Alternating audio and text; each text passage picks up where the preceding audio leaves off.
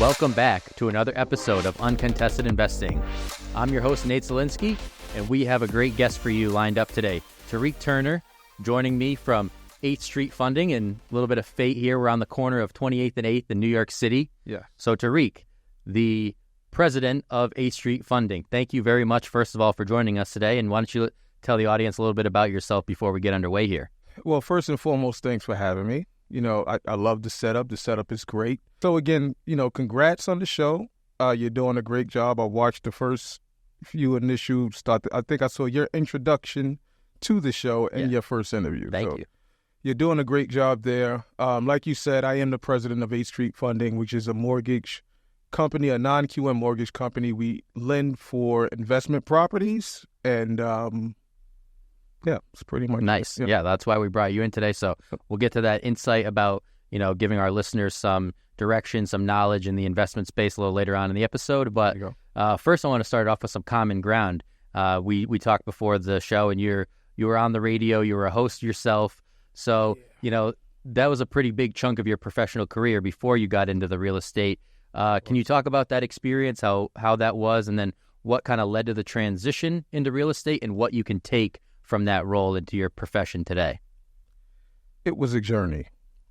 My first experience with radio, I worked for a company that was actually a terrestrial radio station, and I got fired. I was so amped up and charged about what I believed in at the point that it was almost too much for the station. So then we got into kind of like a space where I wanted to be able to say what I could say on air, speak freely, and we started podcasting. Now, back then, podcasting is nowhere near the animal, the creature that it is right now currently. And I mean, that from us going from terrestrial to podcasting at that time was considered kind of a downgrade. We took off. And when I say took off, we took off. I mean, if you check a YouTube page now that we don't promote, we don't use, we probably haven't uploaded a video in about 15 years. Mm-hmm. It has millions of views. Impressive. Till this day. Dang. I was tired. Like this whole production that you have like about 4 guys here sitting in the darkness. At that time, it was just me, and it was a lot of work, and I just got tired. But the one thing that I can take from that going into real estate in any form of fashion, any kind of, endeavor, is consistency, right? Mm-hmm. So I think that the one thing that I learned doing radio is nothing really clicks unless you're consistent. And consistency can mean a few different things, to be honest, right? It can just be putting out content, or it can be making sure that you have the right quality of content that you're putting out, right? And I feel that when you're translating over into other genres or other industries, right, it's the same kind of translation, mm-hmm. right? I always say, prior to you becoming a brand and promoting yourself, you have to get good first. Be good at what you're going to do, then worry about the branding and promotion. But people like to brand and promote when they suck. Don't do that yet. Get good first. Yep. Then your brand will start to grow out. So when people are starting to find you, you have the right product, the right service, the right whatever it is. So that's what I took. Yeah. To kind of let it happen organically. And then once you're established, that's when you really want to, settle into that marketing aspect of it and try to expand once you have, that right. Proven product. Interesting take there. I love that. So I want to talk about potentially your family having an impact on you getting into real estate as well. Was there something that stuck out in your mind when you were transitioning away from the radioing and the podcasting of like, this is why I want to choose real estate? I know you had mentioned that your dad was the first person in your family to buy a property. So I was thinking about that. Was that something that was like motivation, inspiration, or what was that, if you can remember? I don't know if that was the spark to get into the industry per se, but I've spent my lifetime kind of recreating who I am, and my family played a large role in that, right? So I'm not sure. Are you from New York? I'm not. Okay. So quick backstory, right? I just have to kind of lay this out so you can understand where I'm coming from.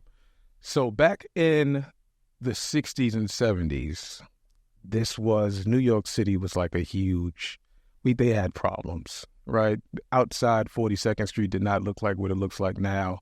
It was a heavily drug populated area. Mm-hmm. And there were drug kingpins at that time. And one of them was a man by the name of Nicky Barnes. And my family was friends with someone who actually turned on Nicky Barnes, right?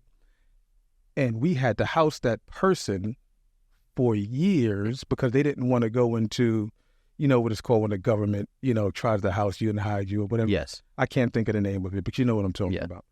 We had to house that friend/family member for years while this notorious drug kingpin was trying to put a hit out on this person. So I say, and this is at the age, I'm probably like around 3 years old, 4 years old.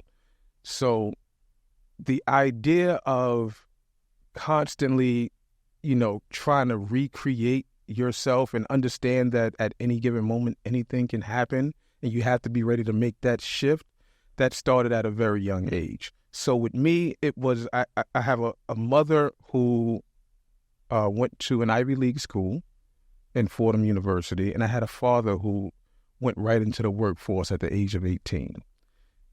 Two total different forms of advice, right? Yes. None of them came with the guides of real estate investing or even owning real estate as an asset. This is something that I learned on my own through high school, through reading. I love reading books. And when I saw my father purchase that first property, it gave me some insight of what ownership felt like. Even though it wasn't mine, we never owned anything, right? Unless you counting, a 1976 Thunderbird, right? My family never owned anything. So I think whether it's owning a business, whether it's owning, a piece of property, whatever it is, having that sense of feeling that you own something is something to take note of. So I think it was the inspiration of ownership, right, that got me thinking that I can have more, I can do more, right? Yeah. Because he learned that at an early age, and by the time he was 30, he was able to, go off and. I know. I think that's a powerful core memory that you can kind of harken back to and use that. So that's very cool. Definitely. You mentioned that, one parent went to school, one went right into the workforce. Yeah. You see that a lot now of people, trying to think of which way is better. Should you get your education because that can open so many doors? Right. Should you just go right into the workforce because that can increase your experience at a much faster pace? Do you have a thought on that? Do you think the blend is actually kind of what helps you? Where do you stand on that in that regard? I think it depends on the person. Right. I was personally always anti going to college. Even though I went to college, I was kind of anti going to college at first because I had an entrepreneurial spirit. Mm-hmm. Right. The thing that people don't say enough in regards to becoming an entrepreneur or, starting any form of anything, because it doesn't necessarily, I'm speaking from my aspect, but you could want to be an actor. You can want to be anything that doesn't necessarily require that higher level of schooling, right? But it's still the same amount of work, right? So even if, let's say I wanted to skip school and get into what I'm doing now, right? Let's say I started out as a mortgage broker somewhere at some local company, right? Sure, I probably could have got hired, if I had a little bit of knowledge base of the industry, studied up a little bit and, spoke well enough, right? Maybe somebody would take a chance to hire me. But what they don't tell you is that same 4 years of learning that you need to do in that building, right? Or in that university, that's probably about the same number of years of learning that you're going to need to take place in whatever industry that you're doing before you can actually succeed. So I say that to say, like, my recreation of myself, I've taken knocks a lot of times because I start over.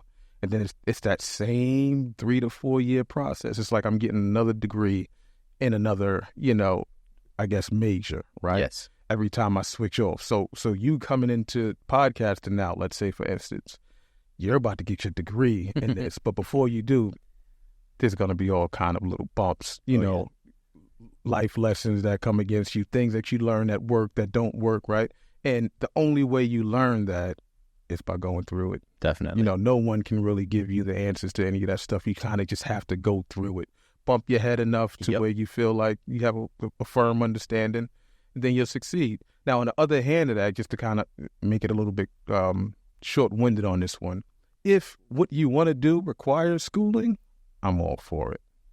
If you're young and you're not necessarily sure what it is that you want to do and you want to kind of have that school experience, I'm all for it. I think that as youth coming out of high school, I think the most important thing that any young person needs to do is fail. I really do. Yes. I think you need to do as much failing as possible at an early age so you know what it is that you want and you know what it is that you don't want, right? And eventually, if you fail enough, you'll know how to get to where you need to go. Yeah, I think I'm on hour 4 of the 10,000 hours as it pertains to, the podcast. So I can totally relate to, the failing is the key to success in most ways, Yeah, it is, man. It is. And it doesn't necessarily mean sometimes failing is looked at as a negative, and maybe that's like the wrong choice of words, but you have to be okay with the results, right? My first year, and I'm pretty sure many people like you've had on this program or you will have on this program, if you ask them in an honest moment, how did you do your first year? Whatever it is, whatever the industry was that you hopped into, what happened your first year? You'll hear a lot of stories, right? I think I closed one loan, made $3,000 or something crazy like that in my first year, right? The person who taught me about brokering loans when I was a mortgage broker, when I started out as a mortgage broker, listen to this story, Nate. The person who taught me the industry, within the first year of him teaching me how to become a mortgage broker, this great guy, Italian guy, he goes to jail for mortgage fraud, right? So, I had no idea. Right. I had no idea of, like, he had a whole case going on. Like, this man was in the news. Clearly, I just must not have done my research enough, but I'm working with him, having no knowledge of, what was going on in the background. But he goes to jail for mortgage fraud, and this is an industry that you're teaching me. So I had to, like, my whole first year, I had to kind of question what I was being taught, what was right, what was wrong. Do I need to kind of relearn things? So it's like I'm starting kind of all over from scratch. But yeah, man, that's like a huge thing, is just trying to, I guess, get through the lumps of the first few years. Don't let failure or a setback get in the way of, the goal is still there, the finish line is still there. Right. There's still something to be attained. So we're off to a hot start with Tarik. We're going to take a quick break here. Shout out to our sponsors, and we'll pick right back up where we left off. Yes, let's do it. REI Inc. is the premier monthly publication for real estate investors. Dive into a wealth of expert insights and knowledge from industry leaders and gain valuable regional market insights, ensuring you always have the best information right at your fingertips. Visit REIInc.com to elevate your real estate investment game today. Yeah, so we've already gone in a few different directions here, but one thing I want to do is bring it back to you specifically. So you started off as a loan officer. It sounds like a pretty interesting first year. Very interesting. Yeah, so you've come a long way since then, now a president of a company. What can you remember about your investment career to, you had that confidence of like, okay, I want to take the next step.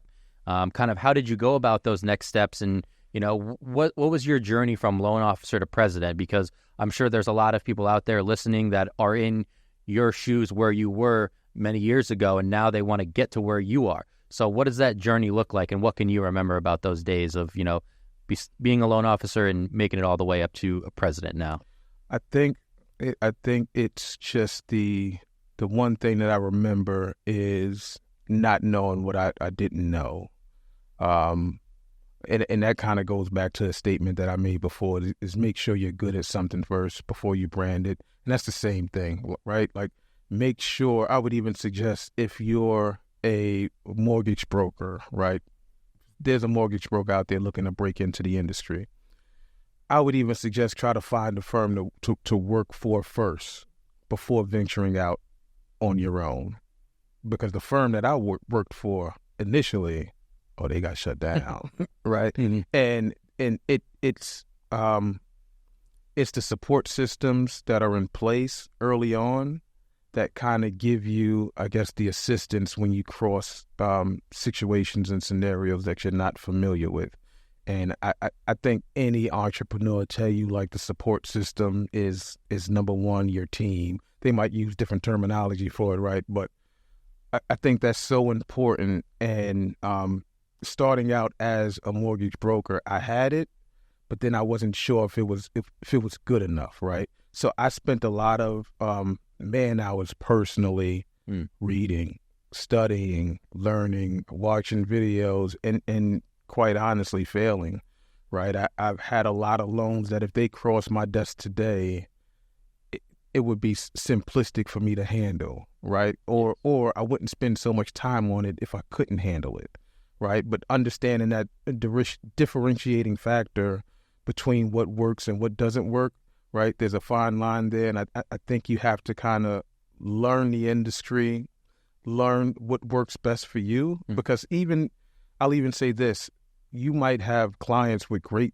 deals, but you and the client aren't necessarily a great fit. Sometimes those situations are still even better to pass off on, or even pass off on to somebody within your company that can kind of handle it. So I think just the knowledge base was the main difference from starting out to owning my own firm. It's like I wouldn't have been ready to do it any sooner than I actually started, right? By the time I actually generated my own personal income from creating 8th Street Funding, I think I was closing maybe like 5 or 6 loans a month as just a broker, right? And just sending loans all over the place. And that's success, right? Yeah. That was already success for me. So, again, it's understanding the process, understanding people, at least at a very basic level, because knowing what makes people tick, right? And how people respond to certain interaction goes a long way in any industry, especially this real estate industry, right? And there's a lot of relationships within that to kind of maintain at that point, right? You have clients and then you have employees, so you're wearing a lot of different hats, and you have to be able to jump in and out of those at all those communications. So at all times, I'm willing to take a financial zero to make sure that our client is happy. Even if the client tells me in the midst of me taking that financial zero, listen, I'm never working with you guys again, right? I still rather take that financial zero and make sure that client is happy, because at the end of the day, he'll look back and he'll say, listen, at least they worked with me, right? Yep. There's no negative to pass on. It's just maybe it wasn't a fit, but at least they got it done for me, right? So there's been a common theme for the first few episodes that I've hosted. Education, books have come up seemingly in every podcast that I've talked about. I've even had somebody that helped write a book. Do you have any pieces of content that kind of stick out in your brain, whether it's book, social media personality, somebody on YouTube? Was there something that you can remember that maybe some of our listeners out there can find themselves, and hopefully it helps them the same way it helped you? Sure. There's a book by, he actually wrote a few books, Jim Collins, right? He wrote From Good to Great, and then I think the next book is called B.E. 2.0, right? And one of the principles that he speaks about, I don't want to misquote him, but one of the principles that he speaks about is kind of creating the soul of a business, right? So ensuring that your business has a vision, has a purpose, and has a mission. And those things can be totally different. They can be all along the same path, right? But they're not necessarily the same thing, and don't come up with a bland mission statement to say we want to be the best at. No. Why, right? Why am I waking up doing this every day? Why am I getting other people to buy in?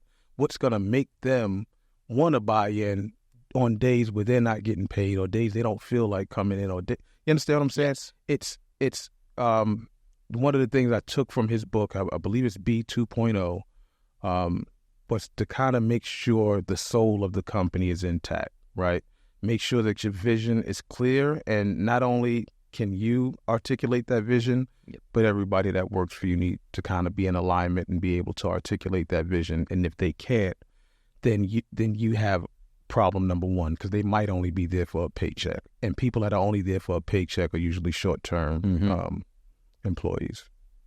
I love that. That's one of the questions that I try to ask every guest. So we're kind of wrapping that into your answer. Right. There's the why you do something, or the passion project that you have. So whether it be professionally or personally, can you kind of expand on what your why is, or if there's anything outside of work that you have passion for that you can bring into your work that you feel elevates it? Well, my passion, number one, just as a person, as an individual, is my family, right? I have a beautiful daughter. I have a fiance. I have my moms and father. They're both still around. So their why, they're my independent why, my immediate community why, right? My business itself is a bigger community why, right? So, excuse me, the same little kid that I told you had to learn about ownership. I know when I go back, 90% of the kids in the communities that I come from, they still don't know about ownership, right? And it's important. It's the feeling is important, and with that feeling, there needs to be like an education, because you don't know what you don't know, right? You don't know what you're missing out on until you actually understand what it is. So I pride myself and my business on, number one, educating, and number two, trying as much as possible to empower those communities that don't necessarily have the information at hand and have never felt that feeling of ownership on any level, right? Especially, and I'm not talking about I own a pair of sneakers. Yeah, that sense of giving back. Yeah. Right. I'm talking about assets. I'm talking about something that you can hand down for generations, even if it's artwork, right?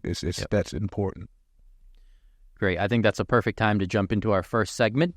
We have the Money Making Minute segment, right? So what is an investment strategy, app? It can be a skill, maybe a habit that you've developed or a part of your daily routine.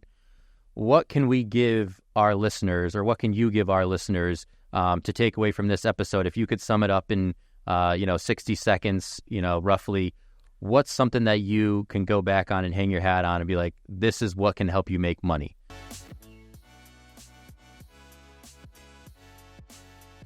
Yeah, so what I would say is, in regards to the Money Making Minute, my one piece of advice, and I'll try to sum it up quickly, is it's all about perspective, right? I think in regards to investing strategies, like anyone can kind of just give you advice. Right now, listen, let's face it, ground up construction is the thing, right? But these podcasts, this piece of intellectual property that you guys are creating, this is going to last for a long time, right? So beyond what's popular today or what's going to work today, the one thing that will always work is adjusting your perspective, right? Understanding what's going on within the industry and how to necessarily take a look and gander at it and try to adjust your strategies based on what's happening in that moment, because this changes. Everything changes. If I would have told somebody pre-pandemic that they can get a mortgage for the rates of threes, and 3 years from now that their property would have been worth 45% more than it was at the time they purchased it, they would have said I'm crazy, right? But that's not the case today, 2024, whatever the date is, right? So just make sure you have a healthy perspective of the way things are going currently within the industry and within yourself. Just, try to adjust your perspective, have a healthy perspective, think positive, and notice the shift. And when it shifts, try to take advantage of it, whatever that shift might be.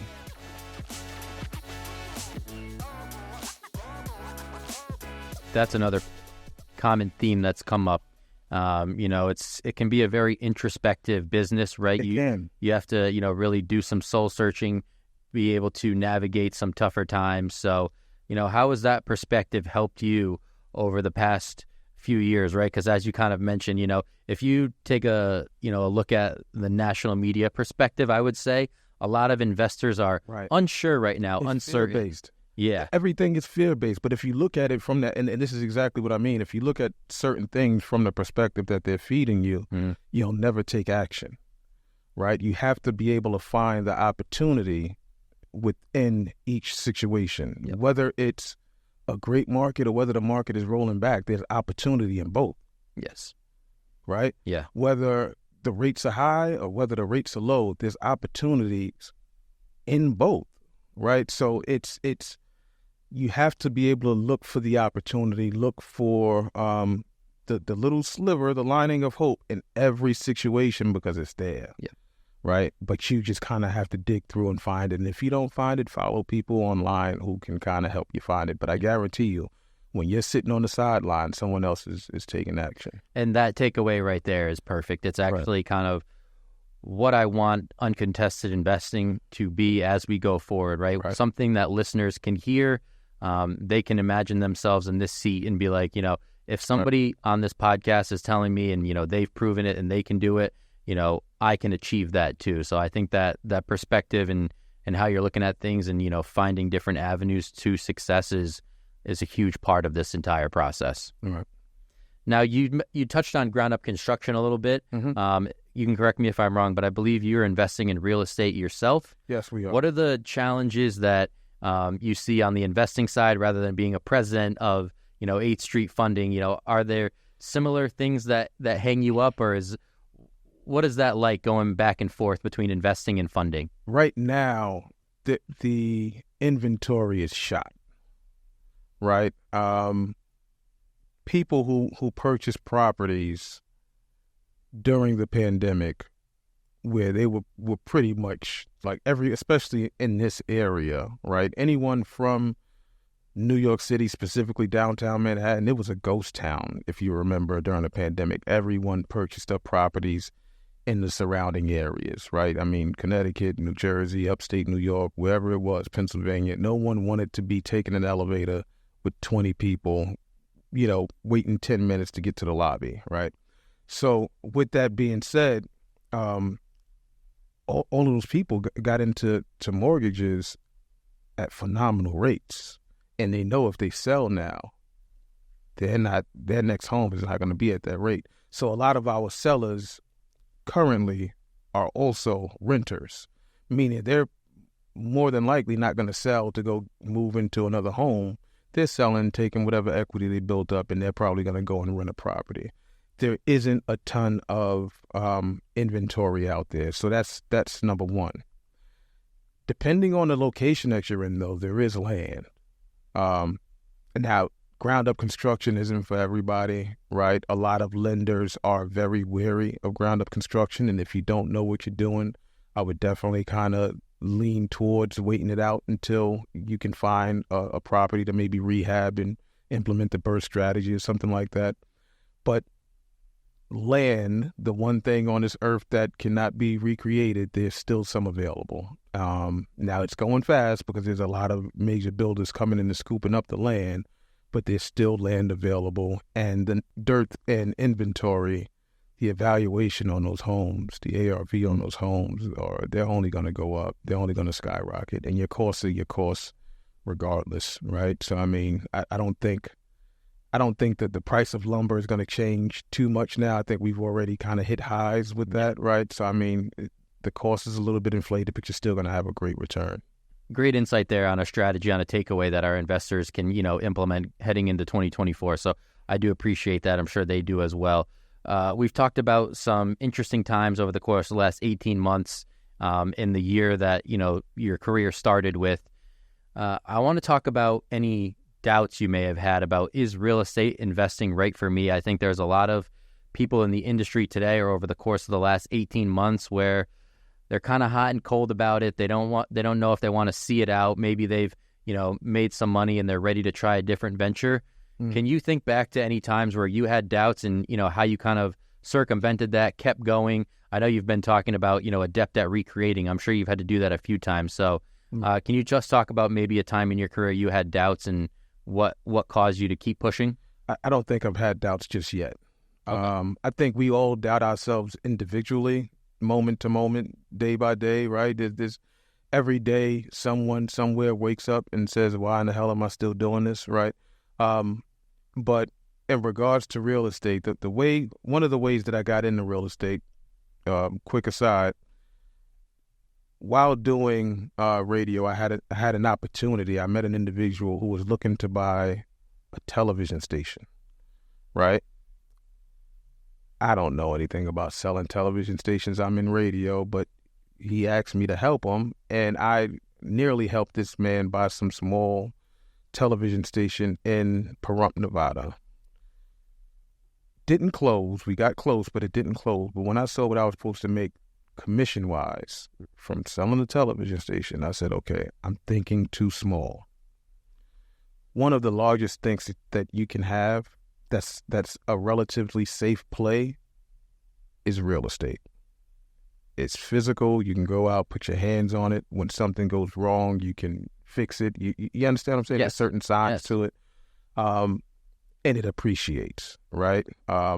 So even when it's a down market, at the very least, it can cash flow. Yeah. I haven't had any doubts about the market, but anybody who has had any doubts, I would dare them to name the asset, right? I know a lot of people are going to say, the S&P 500 and all of that stuff is great. But again, you're relying on someone else to input and take out things within that index and control your money. And that's great if you don't want to be necessarily hands-on, but you can't touch it. You can't necessarily control what goes in and what goes out unless you're going to personally build your own portfolio out, right? Real estate is very tangible. And if it burns down, guess what? And you had insurance on it, there's that, right? So there's still even that buffer to where you're kind of safeguarded in certain circumstances. I'm for the physical asset. Now, I do invest in other areas, right? I'm definitely into crypto. I'm into the stock market and everything like that. But having a hard asset, it's hard to second guess that. I think the only thing that people can second guess is their willingness to wake up and do the work, right? Like, personally, I don't want to be a landlord for a single family home or a duplex because that's work, right? So I can see you second guessing that work, but you should never second guess the asset itself. I appreciate that takeaway again, too, because you're kind of hammering home the point of it's not the real estate industry itself. It's something that could be internalized that you need to work on. It's motor, man. It's the motor. I mean, you coming down here, I don't know how many recordings you did today, man. I can imagine you were here all day, but it's that motor, it's that thing that wakes you up and says, okay, whether I feel like it or not, this is something I need to kind of tackle. And that's the same thing in the real estate industry. I mean, it's a daunting task. And flippers, I think a lot of these television shows have done it a stream of injustice, right? Because it's never that simple. Yes. It's never that easy. It's definitely doesn't take place within an hour time span, right? It would be more realistic if those TV shows had one property that they were flipping and that one property lasted the whole season, right? Whole 10, 15 episode season. That's a little bit more accurate, right? But the asset itself, it should never be second guessed. It's really more so your willingness to actually get up and do the work. Yeah, and I think that's, a good jumping point from, if you can fine tune that motor, right, real estate can be a great vessel where you can take advantage of that, right? If you have that mentality, that mindset, that work ethic, real estate can kind of be your oyster in a sense, and you can, take full advantage of it, both, financially and personally. So we're going to take another quick break. One more sponsor shout out. We got another segment and a few more questions for Tarik, so stay tuned. Whether you are pursuing long-term or short-term ventures, RCN Capital has a wide range of loan programs that will help you reach your financial goals. We have loan programs for fix and flips, long-term rentals, new construction, and even multifamily properties. And don't forget to ask about our Platinum program for very experienced investors. To learn more about our loan programs, click the link in the bio or send an email to info@rcncapital.com today. All right, and we're back. We're going to jump right into our Deal Breaker, Deal Maker segment with Tarik. So, Tarik, here we're going to be using personal experience.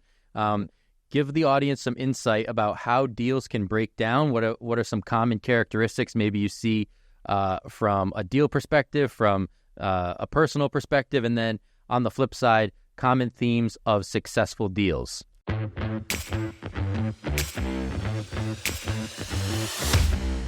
I'm going to address this again because I'm in the mortgage industry, right? That's my space. So I'm going to address this to loan officers and brokers, but more so mortgage brokers. The easiest way to break a deal is to hand me an F and expect to get a result, right? At least hand me a C to a C plus, right? Let me look at it and turn it into a B to an A. And what I mean by that is a lot of deals, and this is one of the mistakes that I've made early in my mortgage history as well, is you get excited when you get that application, right? You look at that loan amount, you look at that number, look at the origination cost that they agreed to, and you automatically are calculating in your mind your payday without looking at, is this a good deal? Like, if it was your money, would you invest in this, right? There are certain checks and balances that every mortgage broker can kind of go through, and I'm not going to bore you guys with that, but there are certain checks and balances that you can go through that's within that loan process, and if you don't know what they are, speak to your loan officer at whatever lender that you're dealing with, right? Ask them what are the checks and balances. Go through it thoroughly before it gets into processing.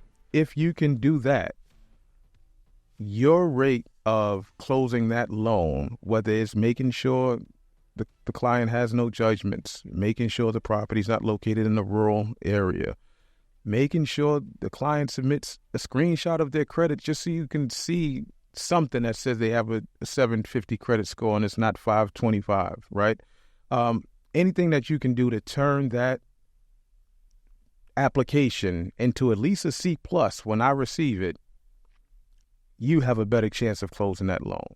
But when you just collect an application and hand it over blindly to your loan officer, right, just with basic information, lease agreement, and you didn't do that work, you're pretty much at a 50-50 chance on whether that situation is going to work or not. So from a loan officer perspective, I always say, or loan broker perspective, I always say, make sure you do the work first. Once you do the work, you're ensuring your payday to a certain extent, at least to about 70 to 80%, right? But if you don't do that work, it's kind of a 50-50 shot, and you're going to ruin your name before you get started because you already made this guy promises that you can make a loan work. So that's the deal breaker. Now, on the reverse side of that, again, for mortgage officers would be doing it the right way, right? The best mortgage brokers that my firm works with gives me every single answer to every single question that I can possibly ask. Now, that answer might be a lie, right? We might find out within the application process that the property's not worth $500, it's only worth $425. There's nothing you can do about that, right? We might find out that this person doesn't have 10 flips. They only have, 3 flips. All of the other ones was done by a partner who's not going to sign off on the loan, right? So there's certain things that can kind of go awry on that, but make sure you gather that checklist of items and ask all of those questions, and initially upon submitting them, send that over to your loan officer. If you can do that, you'll at least be able to get that quick no rather than a slow yes. And that's always preferred by any borrower, right? No one wants their loan to drag out for 2 months and hope it closes, right? Rather me tell you, listen, there's a good chance this one isn't going to work out, right? So we're going to pass on it, than me drag you through the mud for 2 months for an if. So get that list from your lender or your account executive or loan officer, whoever it is that you're dealing with, and be sure to answer every single question that they might have about that deal, not just the questions that's on that application, right? And if there's anything that's a little bit sticky, highlight it. Let us know, like, listen, this is the deal, but this is a sticky point here. I'm not sure if you guys can lend on this scenario. What do you think? That's the quickest way to get us from point A to point B, because now what might hold us up in the end, we can tackle in the beginning, right? We can have legal look at something within the initial submission to kind of give us an idea on whether this situation is going to work or not, rather than waiting until we found it ourselves, and on the 30th day when they have a balloon payment due on the 31st day, right? So those are my two pieces of advice. That they're pretty much all information-based, right? Make sure you're handing over a piece of or documentation that's representative of yourself as a mortgage broker and as your company, right? Don't just give us paperwork and expect us to make magic happen for you, because then you're kind of in that 50-50, 40-60 kind of range of success. As a host, I want to thank you for the satisfaction. I think we just had a nice full circle moment there, right? Because pretty much what we are harking at there is the consistency, right? Putting in the reps, doing the work, exactly. Being able to spot the roadblocks. Yeah. Right. Yeah. So I think consistency is key, right? And, don't get discouraged if one deal breaks down. It doesn't mean every deal is going to break down. It's about pinpointing what that was, right? Being consistent in your next deal and finding that improvement. So we've gone on a pretty good journey here today, right? We've got radio host, podcaster, loan officer, and now president of 8th Street Funding. And just a good guy, man.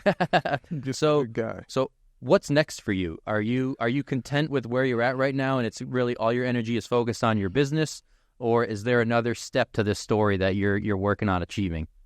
There's always another step. I think as human beings, everyone at every moment of their life is looking at expansion. I don't think we can help but to want to expand and do more. And sometimes that looks different, for each individual. Maybe your expansion isn't starting a business. Maybe your expansion is, I want to go to school. If you're in school, 4 out of 5 days if you haven't been going. I don't necessarily know. But I think we all kind of want to expand and do more. And in my personal expansion, yeah, man, I really see myself kind of expanding within the space of the mortgage-related industry, but trying to spot that next trend. Because, we're going to be dinosaurs soon, right? Everything AI-related, everything is kind of moving real swiftly towards that. And I think that the companies that spot that next trend and are able to kind of get ahead of that curve, because I think we have maybe a 5-year window, right? 5 to 10-year window where we can kind of still operate the way we're operating. That's going to shift.